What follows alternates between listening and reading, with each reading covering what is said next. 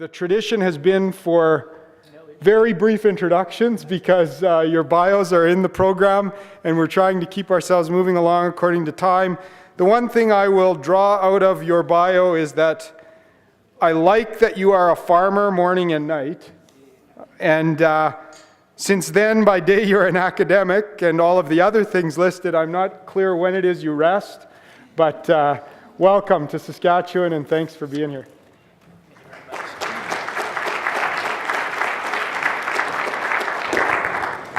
Ladies and gentlemen, yes, you can hear me through the mic. And if I get too close to this mic, am I going to? No. Excellent.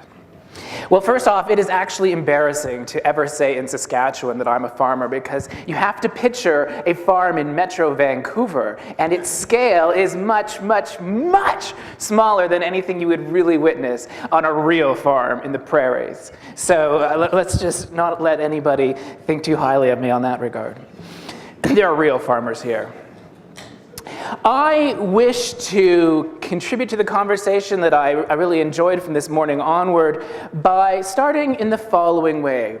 By recognizing a really important quote by our Minister of Justice federally, which was motivating our shift towards the Omnibus Crime Bill C-10. And he said, Canadians who have been the victim of crime should not be re-victimized by the criminal justice system. Anyone disagree? I certainly don't disagree. In my travels across the country, I have not found another Canadian that disagrees. But here's one thing I do know. I'm not convinced that we show adequate care, concern, and dignity to the victims of crime if we only get hung up in debates about whether or not we should be punishing people who commit crimes or rehabilitating them, at the expense of talking about how do we prevent crime in the first place? How do we prevent victimization? That's how you show true concern and care and dignity to victims. But one of the things I notice in our dialogue over the last year, especially at the federal level, is that we've often been caught in counting about how many jails are we going to build, what will be the length of sentences, in the absence of a simultaneous conversation about preventing crime in the first place. And when we do so, we fall into what I think is a growing Canadian pattern of waiting for problems to happen and then spending quite a lot to deal with the effects afterwards. And you'll see similar patterns in Canada in terms of one of our greatest achievements, medical care these days. Oftentimes what that's about is waiting for people to become sick and then spending billions and billions trying to treat their illness. Or you might see it with young kids generally. We wait for kids to struggle before they get to kindergarten and expect our elementary and secondary schools to try and deal with the problems after the fact. And I want to suggest all three of those things have a common origin. I'm going to give you three ways of thinking about what that common origin is. Way number one, I'm going to suggest that the common origin is Canada is at risk of defaulting on our generational debt. And you're like, what the heck does that mean? I'm going to tell you that means, in part, we are failing as a nation to adapt to the declining standard of living for the generation raising young kids today, leaving them squeezed for time, income, services, and yes, even squeezed by the environmental change. And then you're wondering, but what's that about? So before I get to all of that, I want to start by telling you the common origin in a way that I'm pretty sure you'll remember at the very least when you leave. Ladies and gentlemen, the common origin of those problems is that we as a country have stopped thinking like a beaver. Now, I know there are some Canadians who are a little bit uncertain as to why we have chosen the beaver to be our national animal, and sometimes we're a wee bit embarrassed, and we had a senator recently saying, our national animal is nothing more than a dentally deficient rodent. A toothy tyrant. And in fact propose that we ought to replace our national animal now with another animal that happens to be going extinct. That's how bad the beaver is perceived to be. But I am here to concede, yes, the beaver is not as regal as the eagle to the south, but our beaver is a builder to be proud of. Ladies and gentlemen, when do we notice our fair national animal? More often than not, because we walk by a beaver dam. And the thing about a beaver dam is that beavers don't build it as a place to live in. No, beavers build dams for the same reason that people do, to create a reservoir. And if that reservoir is deep enough, then beavers gain safety and security out of the reach of most predators. And if that reservoir is deep enough, beavers gain efficiency because they can swim far faster than they can walk on land. And if that reservoir is deep enough, beavers gain ample room to build their woodsy little lodges as homes for their individual families. So then, what do beavers do when a crack appears in the beaver dam, whether from old age or an earthquake or high river runoff? Well, beavers do what all good managers do. They adapt to changes in their environment, and they come and plug the hole in their dam. Not because any individual beaver stands to gain alone, but because the entire community of beavers depends on that dam for its shared standard of living. And I think that kind of beaver logic drove so much of Canada's greatness in our first century. And if you'll permit me, let me remind us about that history in 2 minutes or less. Picture it. Back in the late 1800s, we were building our public schools and our public universities, our roads and our railways, our markets and our banks. We thought those achievements were so important we would send people overseas to defend our institutions and defend our values in world wars. And when soldiers came back injured, we adapted again, putting in place veterans benefit in return for their service on behalf of our country. And then we thought that recognizing their service was significant enough to do for our labor market generally. So we put in place workers' compensation when employees became injured. And then we put in place things like unemployment insurance. Eventually, the busiest policy beavers in Canada's entire history happened to be the parents of baby boomers. And they came along after living through the Great Depression of the 30s, witnessing the horrors of the Second World War, and then witnessed the economy in our country humming in the 50s and 60s. And they said in those good times, there is no reason for any senior in our country to ever be poor. And so they started things like old age security.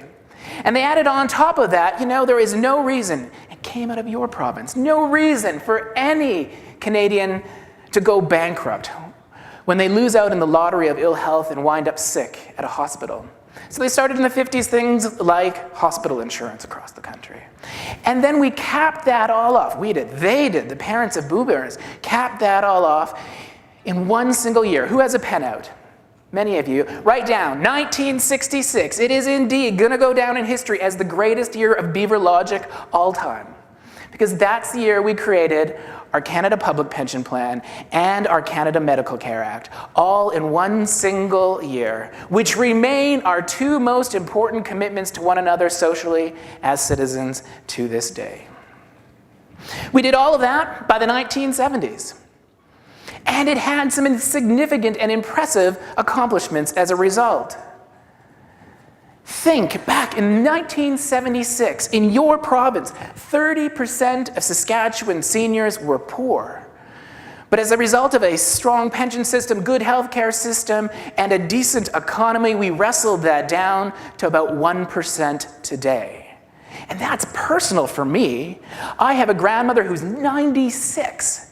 For almost my entire life, she has been a pensioner. And had it not been for those parts of our national policy beaver dam spread across provinces, she, in my province, would have been poor long, long, long ago. But we managed to fend that off.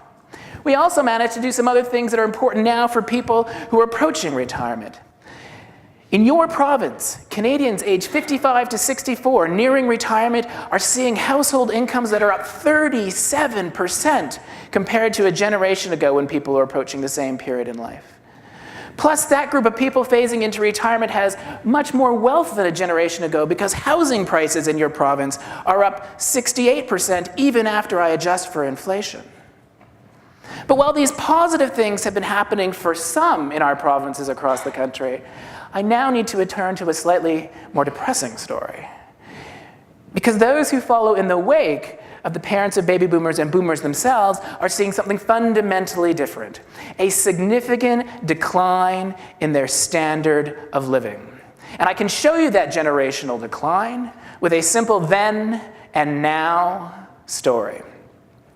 My then and now story Starts again in the mid-1970s after the baby boomers had left their sex, drugs, and rock and roll phase of life for the more serious business of building homes and building communities and building enterprises. But if I go back to then and I take a young couple in Saskatchewan and I adjust their income to express it in today's dollars, your young couple earned back then around 63 grand.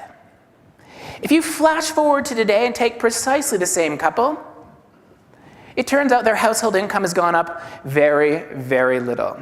Now that in and of itself may not be a problem, but here is a major rub. In order to make a household income today that is no higher really than a generation ago, we have witnessed a dramatic increase in the proportion of dual earner households. It literally takes far more adult time to make a household income today that is stalled by a generation ago's standards at that same life course stage. And then with that stalled household income, you need to pay for housing prices that are up nearly 70% in your province, 76% across the country, and 149% in my province. This is your story as Saskatchewan of then and now. And it is a national story. The only thing that's a wee bit different is still you see your housing prices, although they've gone up, are a bit low by national average standards, which is partly why you're seeing so many young families come back to town. The problem with this then and now story is it results in a generation that it's in prime child rearing years, they turn out to be squeezed.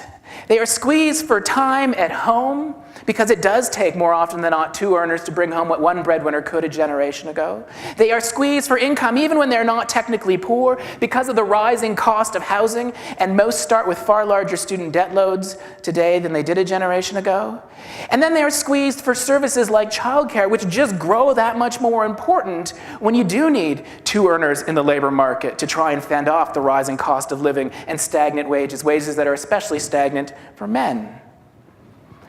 Now the squeeze in and of itself, this thing is tall and I am not. The squeeze in and of itself, now I'm doing better, frustrates me. But it frustrates me even more when I know that over the exact same period, across Canada, our economy more than doubled in size. It now, when I adjust for population growth, produces an extra 35 grand per household on average, with a heavy emphasis on the on average part there, because clearly I've just showed you data that all this additional prosperity is not playing out evenly for the generations under age 45. Instead, that group, after witnessing all this economic growth, is actually inheriting debts at the municipal, provincial, and federal levels that are almost twice as large as the people did a generation ago. And then think about beyond the fiscal debts they're inheriting, there are some environmental debts that we need to be paying attention to. Back in 1976, Canada was ranked as one of the 3 top polluters per person of carbon dioxide on the planet. If you flash forward to today, we remain one of the 3 top polluters of carbon dioxide on the planet, even though we've learned so much more about the constraints that global climate change risks presenting for people, including around where I work, which could be underwater in as few as 2 decades. Over the same period, many countries that already had lower environmental footprints than we did have since reduced those in footprints still further, leaving us ever more, perhaps in our own dust. When I think about all of these trends, social trends, economic trends, environmental trends, it begs some questions for me about what each generation owes the next, owes those who follow in their footsteps. And I think invariably, parents strive to leave better prospects for their kids than they inherited themselves. At the very least, parents strive to leave as much as they inherited. But the rub for the baby boom generation phasing into retirement is that leaving that kind of legacy is more difficult today than I think they would have ever imagined some time ago. I mean, in many respects, wages, housing markets, population growth influencing carbon footprints have all conspired against boomers in ways that mean their kids' and grandkids' prospects are constrained in significant ways. Boomers then are going about trying to compensate individually. How many of you count yourself in that boomer category, and might be having an adult child living at home longer than you ever expected. Or perhaps you helped out more with tuition, or perhaps you helped out more with getting a start on a home or some rent. Hands up. Yeah. Individually, we're trying to compensate for this declining standard of living for those who follow. And to the extent that socioeconomic circumstances are conspiring, I think it may be too much to ask for each generation to ensure that it leaves behind a standard of living that is as great as they inherited. But at the same time, I do think it means we have to acknowledge one thing. Because we all benefited from the sacrifices that our parents' generation made. At the very least, we have a duty to try and adapt when the socioeconomic circumstances, the standard of living starts to wane for those who follow. We may not be able to raise it back up, but we have an obligation to adapt. And it is on this issue that Canada seems to have a fundamental problem. Because for years now, organizations like UNICEF have routinely told Canada that we rank amongst the worst industrialized countries on the planet when it comes to investing in the generation raising young kids who haven't yet reached school. And that ranking has everything to do with our proud tradition of beaver logic and the possibility that we have stopped thinking like beavers. So as I travel across the country, I try and remind Canadians about all that we built in our first century together. And it's something I want us to be proud about. Are you proud? Not very, obviously. By the time I leave, I hope you are more proud still. But beyond whatever limited pride we have in the room right now, I sometimes have to get to a point of asking a slightly more complicated question. What have we done since? And without doubt, I can tell you some things. We've continued to build roads and bridges, although some would say not enough transit. We've continued to expand our markets through free trade and to strengthen our banks, which allowed us to weather the global economic recession now better than most countries. Again, things we can be proud of and appreciative of. But on the social policy side, history books are pretty clear because they're relatively empty. We haven't done much building and adapting. No doubt, we've worked hard to maintain those things we'd built by the 70s, and that is an accomplishment in and of itself. We then made two other decisions about things we wanted to grow. We decided that as a share of our economy, today we want to spend almost $50 billion more on medical care than we did back in the mid-1970s. We then said, we also want to increase by about $35 billion a year how much we're putting into things like old age security. All the while, we only increase by a quarter of that total amount our total tax revenue, which has the following implications. It starts to reduce the amount of the national policy Beaver Dam that remains available to adapt to changes in society. And let me tell you what the difficulty of adapting to changes in society is meaning for Canadians under age 45 when they're at that moment of thinking about having a baby. Picture it. You're a young couple about to have a new baby and you're thinking, how will a household income look after its birth compared to the year before? And you think, we want to have both parents take some time to be at home with that child. And so we're going to take advantage of our parental leave system. Even when Canadians do that, the typical family outside of Quebec is going to forgo $15,000 after tax. At a moment when the birth of a new baby rarely reduces household expenses. More often than not, the addition of a human being raises household expenses. 13 to 15 grand a year foregone after tax, that is equivalent to another mortgage on top of the already higher housing prices. Or if you're one of the Quebec students these days protesting, it's the equivalent of buying another degree. After a leave period, and I've showed you more often than not, it's taking two earners to keep a household income that's stalled relative to patterns in the past. Well, that means childcare services and investments in kindergarten become important. But Canada ranks, according to the Organization for Economic Cooperation and Development, we rank amongst the really the bottom of the barrel of industrialized countries when investing on this issue. As a proportion of our economy, we are well behind a number of countries, and within Canada, Saskatchewan is really very low in terms of how much you invest here in supporting services like regulated childcare and kindergarten, which means on average just 1 in 5 of your families can get a space for their kids in a regulated setting. Even when I'm so generous, I throw in kindergarten into the equation where most 5-year-olds already go. When they do so, for those lucky 1 in 5, outside of kindergarten, they're paying daily rates of about $21 to $27, if not more. And if you add that up over a year, it's pretty equivalent to another mortgage again.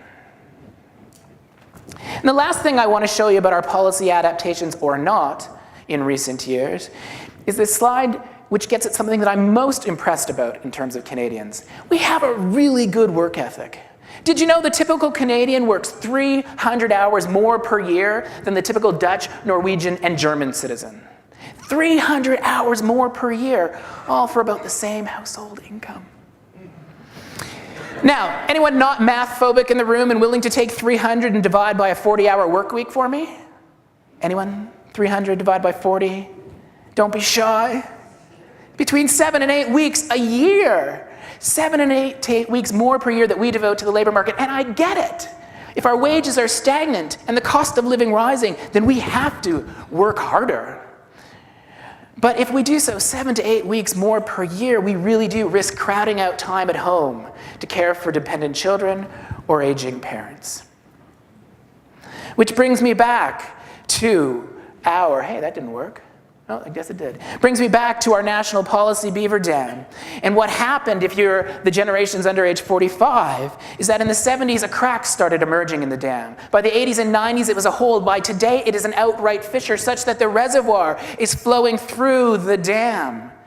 And increasingly, the generation raising young kids is stuck in the mud. And 27% of Saskatchewan children arrive at kindergarten struggling with their ABCs or 1, 2, 3s, struggling with their fine and gross motor skills, struggling with age-appropriate social and emotional activities like getting along with kids on the playground or showing adequate respect to an adult in the classroom. And most of those kids struggling in these ways are not income poor. They reside in middle and upper income households and neighborhoods, and you can start to understand why, because the entire generation in its prime child-rearing years is squeezed. Now, I in British Columbia have had the good fortune of watching our entire population of young children in kindergarten, which has a vulnerability rate similar to yours, move from kindergarten to grade 4, move from grade 4 to grade 7, then we watched a population move from grade 7 to grade 12, or into the criminal justice system. You were wondering, when was I going to get back to building safer communities? And this ability to watch an population age over time takes a lot of the guesswork out of research. So much research has to rely on a randomized sample and whatnot. I can rely on the entire population and observe it over time. And when I observe it, I don't have to guess about what's happening to them.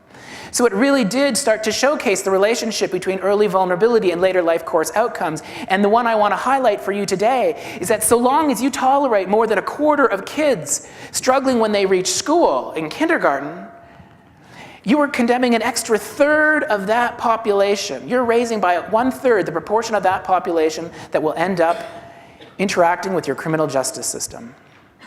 Or to put it differently, if we were to reduce the squeeze on the generation raising young kids, if we were to adapt to their new challenges, which would then bring down the vulnerability rate for their kids as they start school, we could cut crime by 1/3 in your province just by getting it right before those kids get to school and changing nothing else thereafter. 1/3. And while it's true that kids age 7, 8, and 9 are not the biggest perpetrators of crime, by the time that cohort reaches its mid-20s, we are talking about saving the country about $16.5 billion a year. $500 million of that, well, that's interesting and not positive. Oh, good. $500 million of that savings would be felt here in your province, given your proportion of the national population. One of my punchlines for you today is that we as a country are tolerating far more crime than we need to because we are at risk of defaulting on that generational debt, that debt to adapt when the standards of living start to deteriorate for those who follow in our footsteps. And the problem is in our country, we don't even know. Or if we do, we don't care. We did a poll, my colleagues and I, in the fall of 2011, not long ago, and we asked Canadians of all age groups who should be a priority for public investment in our country moving forward.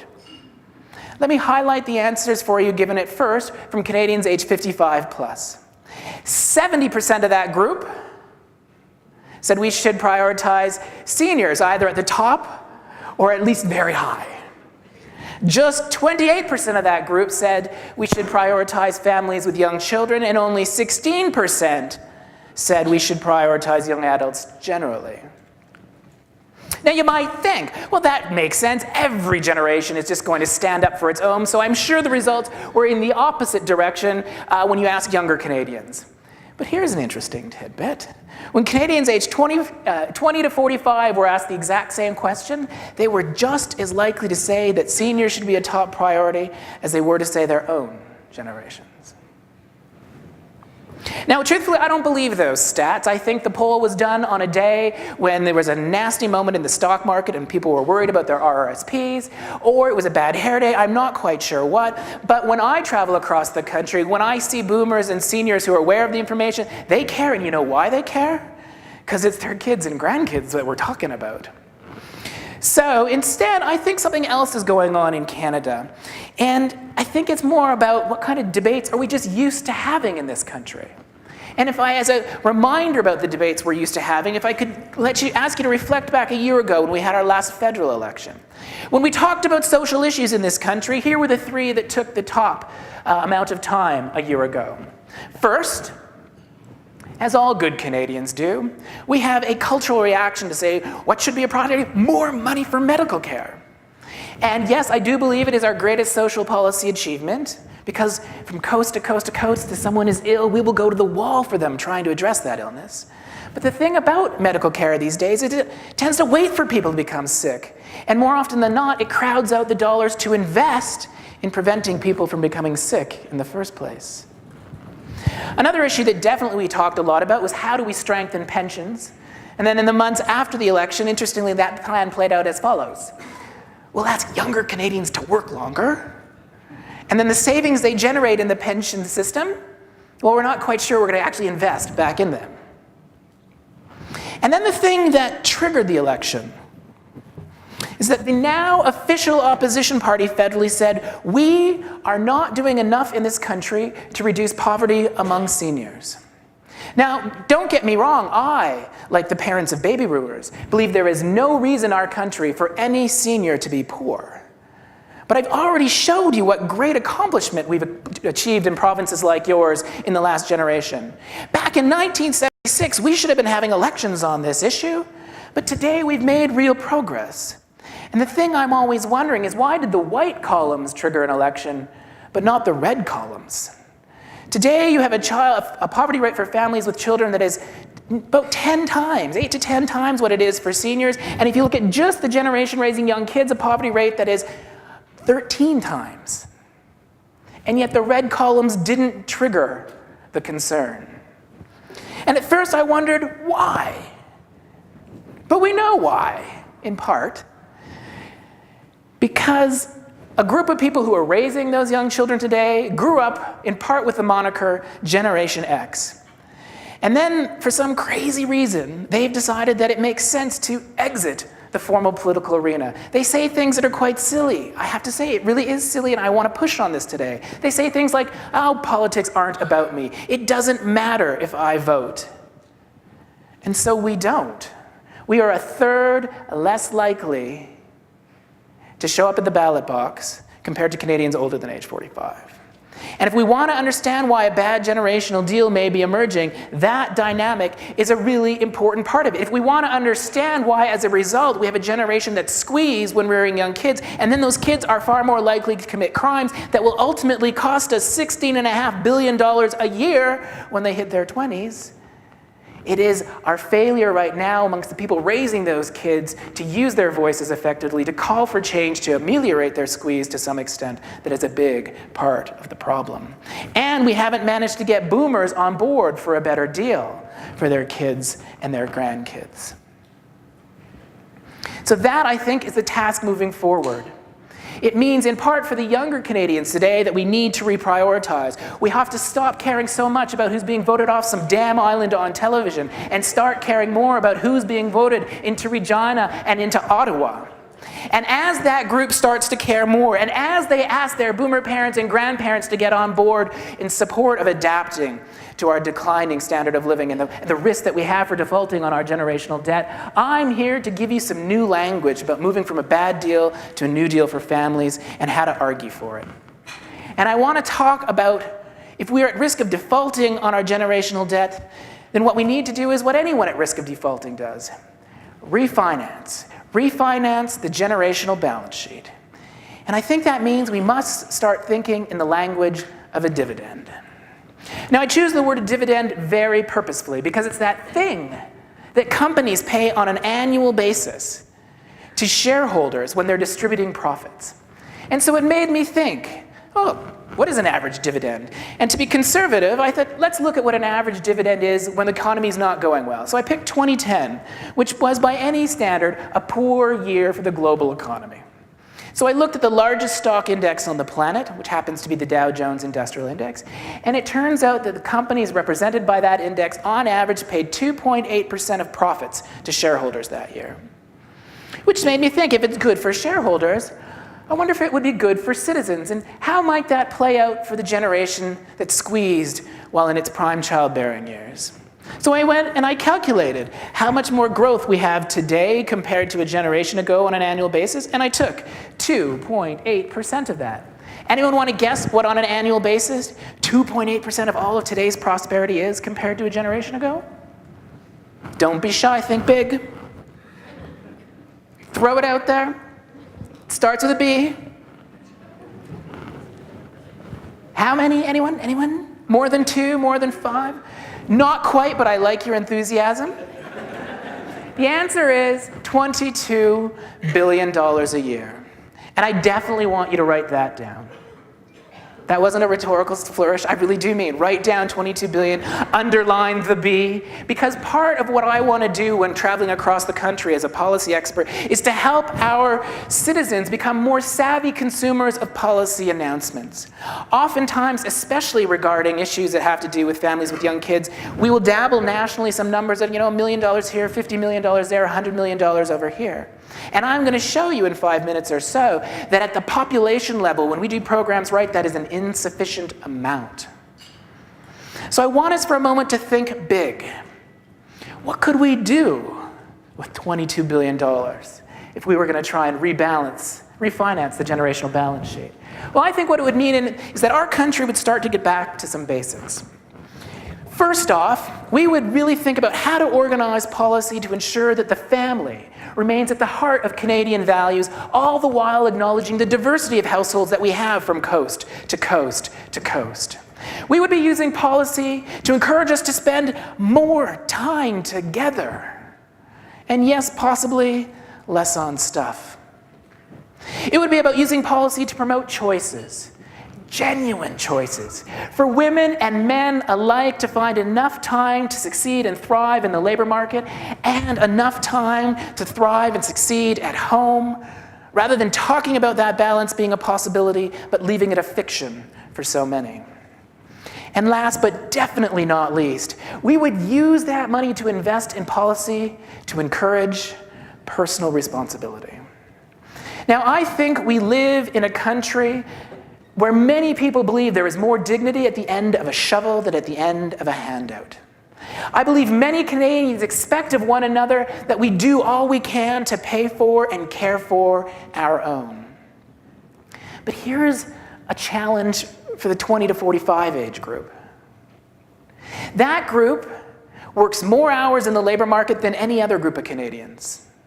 They then go home and perform more hours of unpaid caregiving than any other group of Canadians. So by any traditional metric, they have an impressive work ethic. But that work ethic today, which is impressive by relative standards, is not yielding a standard of living that even approximates what we thought we were going to become accustomed to back in the mid-1970s. We could adapt our policy not necessarily to restore that same standard of living. I don't think I'm quite that optimistic any longer. But we could at least mitigate some of the pressures that are emerging. And we would do that, ladies and gentlemen, with 3 policy changes that have at their heart eliminating the squeeze on the generation raising young kids, and in the process, reducing crime by 1/3 amongst those kids. And so I wonder, hands up in the room, who works for Corrections, Public Safety, and Policing, or the Ministry of Justice and the Attorney General? Hands up. Who among you has ever found yourself being a particularly loud champion for the following 3 policy changes? And if the answer is, I haven't, then I want, when you leave today, to think about why not. Because if you could cut crime by 1/3, why would you not want to? Ladies and gentlemen, first policy change. We need a new system of new mom and new dad benefits that would make it affordable for all parents, dads as much as moms, including the self-employed, to split the first 18 months at home together with their newborn. We do that in a range of ways. If you're interested, I've actually got lots of details for Saskatchewan, and you can get the family policy report specifically for Saskatchewan. Effectively, what it would do is it would extend the leave period, in part by reserving an extra 6 months of leave for the group of people least likely to take it, dads, and we would increase the overall value of the benefits to make it far more affordable for people to use. Thereafter, because many ministers are right when they say one of the best social policies is a job, they are right. If we want to fend off poverty, dual learners are the way to go. But if that's the case today, then we need the village to kick in with its role nurturing the family that's raising the child. And so we need the village to kick in with childcare services and regulated services in kindergarten that are affordable, that don't cost the equivalent of another mortgage, but that we bring the cost down to around $10 per day for full day care, $7 for part-time if that's all you want to use it. And if you have a household income below 40 grand, we'd make there be no fee whatsoever. And the thing is, we would ensure that the services had enough of an investment to be delivered at a high quality, with people who receive pay equity level wages, not parking lot attendant wages, so that parents could rest assured that their kids are in stimulating, nurturing environments that supplement but never replace what they do at home. And these first 2 changes would need to happen in the context of 1/3. Hands up those under age 50 who like the fact that old age security has now bumped the age of retirement to 67. Anyone? Okay, I'll put my hand up. I actually think, in the spirit of Beaver logic, it is worthwhile to consider. The reality is we are living today longer than we were, 7 to 10 years longer than a generation ago when these pension systems really took hold. And if I'm up for adapting to our environment, that seems like a pretty important factor to think about adapting to. But if we're going to be expected to adapt in that way, then why not adapt to a range of other things, not least of which we work really long hours in this country compared to the typical employee in other places. And now we have 2 people working really long hours. And it's risking crowding out time at home. Could we not tinker with our employment norms and shift ever so slightly from full-time work being thought of as around 40 hours to closer to 35, and maybe throw in an extra week of holiday or 2? And in the process, we would generate an extra 4 weeks of time that a typical employee could have at home in a year. And that would not mean they would work less. It would just mean they work differently over their lives, finding more time for balance to care for aging parents and young kids year over year over year, while they work longer work lives. And if we did those 3 changes to policy, which, don't forget, for your crowd, hands up again, the ministries for policing, darn it, corrections, all the same, there you go, hands up. Okay, don't forget, this is all about reducing crime, in addition to a range of other very good things. Partly because in the process, even though I mentioned nothing about welfare and income assistance, we can organize the policies in ways that would eliminate poverty for the generation raising young kids before they reach age 6. And I'm very purposeful in organizing the policy discussion around the entire generation because of what we learned from this chart I showed you earlier. Tell me, which of the columns show real improvement for reducing poverty? The white or the red? Don't be shy, this is an easy one. Okay, you're shy. The white columns show it. We managed to remarkably reduce poverty among seniors. We did it without talking about reducing poverty. Really, we did it about talking about putting in place population-level programs we call pensions and healthcare, which alleviated the financial pressures for a generation and in the process floated the boats of those who were most income marginalized. The thing is, over the same period, we've constantly talked about how do we target poor families to reduce their poverty. And then we get really stingy with our income systems and our welfare because we don't want people to rely on them instead of having work. And in the process, we have managed over decades to fail to really accomplish the task of reducing poverty. But moving from a bad generational deal to a new deal for families would do just that. Learning from how we did it for seniors. Now, as I begin to wind up to create space for question and dialogue, because you're shy when I'm talking at you, but I hope you won't be after the fact, let's just end by winding down slowly, thinking about what does $22 billion a year mean? Well, in your province, it is $674 million a year. That's another number I want you to write down. I want you to know the scale of the task at hand to some extent. I don't want you to shy away from it. $22 billion is less than 1.5% of our national economy. $22 billion is about what we spend on national defense. It's not even half of what we spend on the protection of persons and property through policing, the criminal justice system, etc. It's about half of what we spend on elementary and secondary schools, and when you top on post-secondary, it's about 1/3. Then I like the next comparisons even more. $22 billion is about 1/3 of what we do for old age security and RRSP subsidies. And when you add on the Canada Public Pension Plan, it's a little more than 1/5. It's not even 16% of what we do for the public medical care system across this country.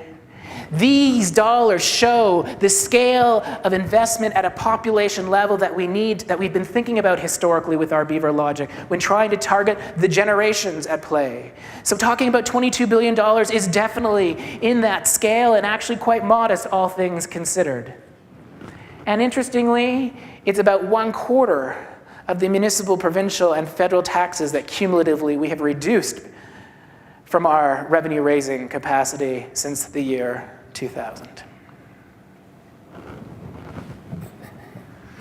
Interestingly, investing that $22 billion in a New Deal for families is all about investing in preventing the root causes of problems and simultaneously promoting some social priorities I think many Canadians share. I mean, without doubt, the shift from a bad generational deal to a New Deal for families is about preventing school failure, preventing ill health, preventing crime. And we know that because there is a robust academic literature that talks about what happens when the generation raising young kids is squeezed, and then we see those kids struggling before they get to kindergarten. We then know that squeeze on the kids plays out in their teens in terms of higher rates of teen pregnancy, higher rates of school failure, and yes, more incarceration. We then know by their 30s and 40s that the squeeze on the generation raising young kids means their kids are more likely to be overweight, struggling with high blood pressure and mental illness. By their 50s and 60s, struggling with some of the big killers, like coronary heart disease or type 2 diabetes. And by our final decades, the squeeze on the generation raising young kids means their kids are more likely in their 80s to be struggling with premature memory loss and premature aging.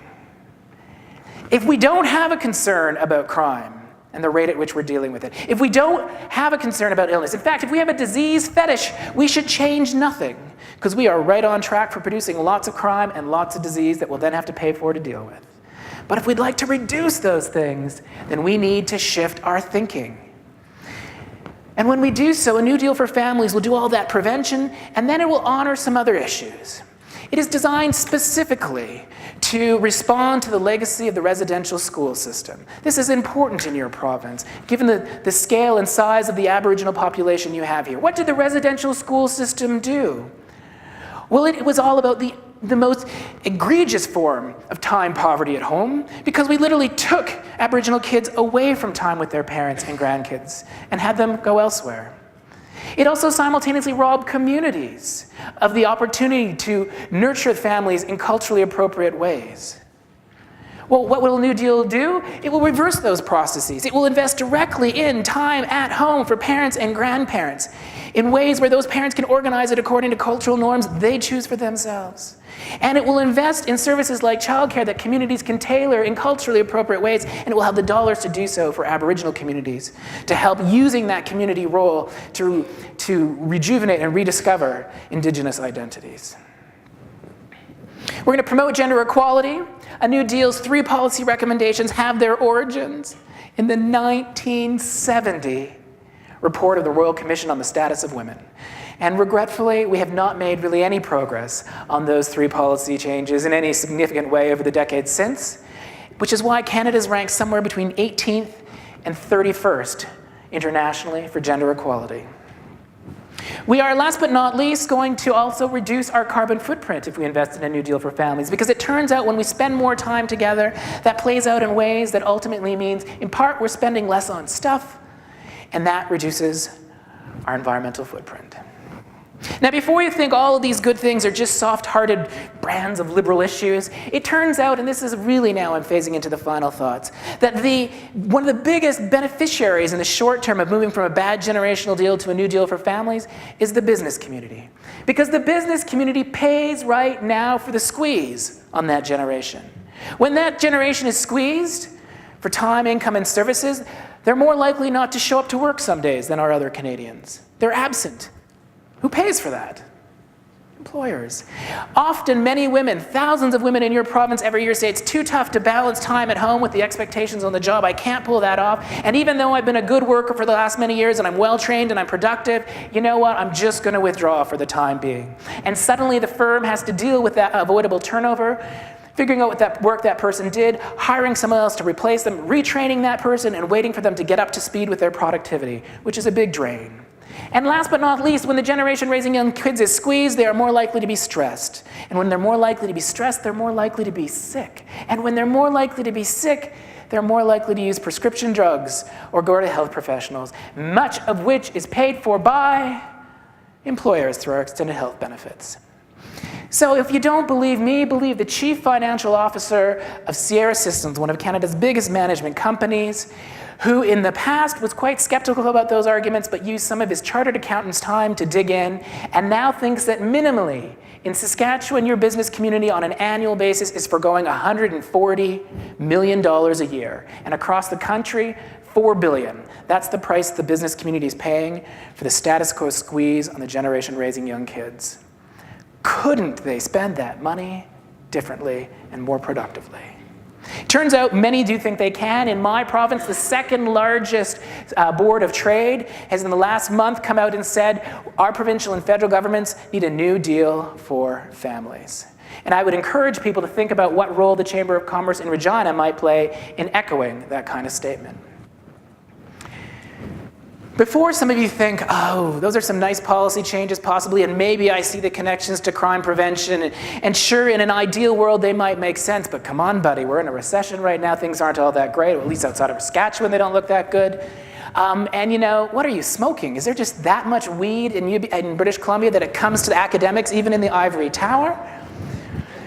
Bear in mind, $22 billion broken down per adult per day is less than a cup of coffee and donut at Tim Hortons. And even cumulatively, don't let anyone tell you we can't find $22 billion in the middle of a recession, because in Canada, we did just that. Between 2007, people, and 2010, we decided as a country that it was a priority to increase public medical care spending by, wait for it, $22.5 billion a year. So clearly, we can find large sums of money for priorities in our country, and the question becomes, is a New Deal for families a priority for you? And when you think about that question and its relationship to crime prevention and the billions of dollars it would ultimately save, almost paying for the entire suite of policy changes in the medium term, consider one other question. What kind of Canada do we want to be? Is it one that will ignore growing evidence of an intergenerational breach? Or is it one that once again recommits, and I desperately hope it wants to be, recommits to working toward a country that works for all generations? Thank you very much.